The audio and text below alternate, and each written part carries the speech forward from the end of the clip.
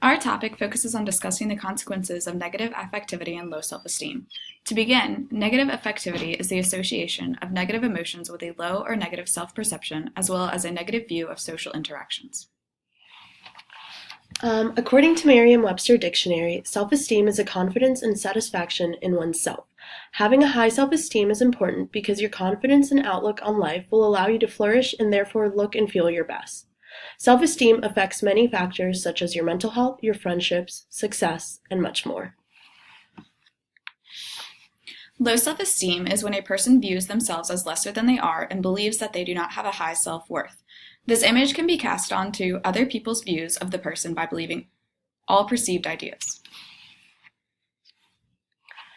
Negative affectivity is a character trait that is accompanied with low self-esteem and negative emotions like anger, disgust, guilt, fear, and nervousness.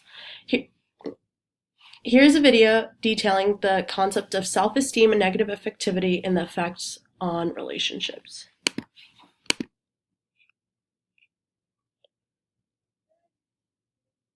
When you don't feel good about yourself, you're either pushing people away and not even allowing them near you, or when they are near you and trying to get to know you, you start sort of critiquing yourself in a negative way so that they start looking at you differently.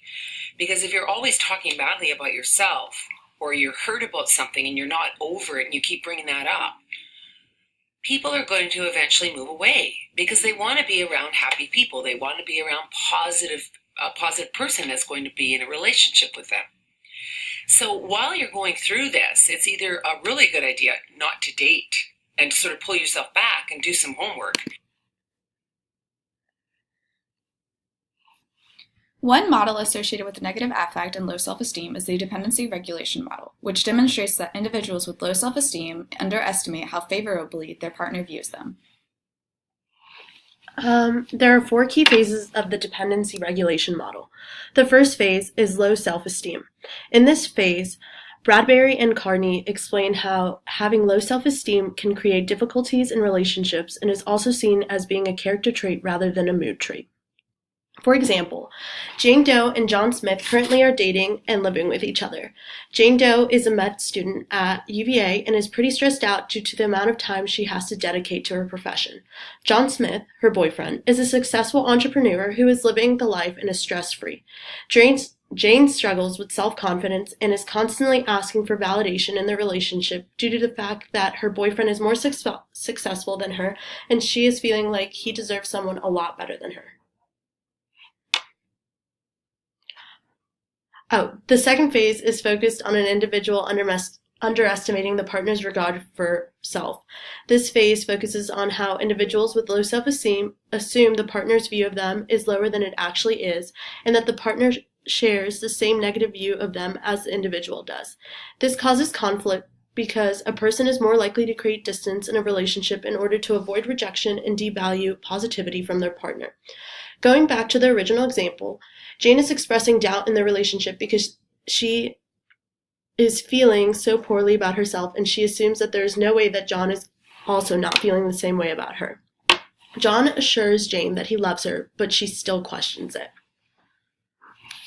The third phase of the dependency regulation model is perceiving the partner in an unfavorable light and expressing discontent. This phase discusses how an individual will search for proof that their partner doesn't love them while also perceiving a partner's displays of affection as being false and seeking rejection that is not present. This leads them to devalue the relationship as well as the partner.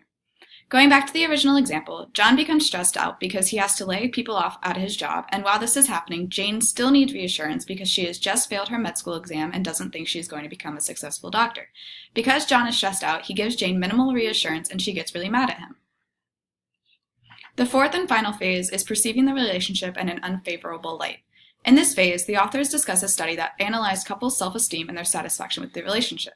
The study determined that partners of sensitive people were less happy as time passed, expressing the implications low self-esteem can have on interpersonal relations. For example, Jane was hopeful that their relationship would eventually get better, but as time went on, John started to see Jane just like she saw herself, and eventually ended up breaking up with her because she was too needy and too much to handle. In conclusion, having low self-esteem and a negative affect ultimately leads to a failure in maintaining relationships.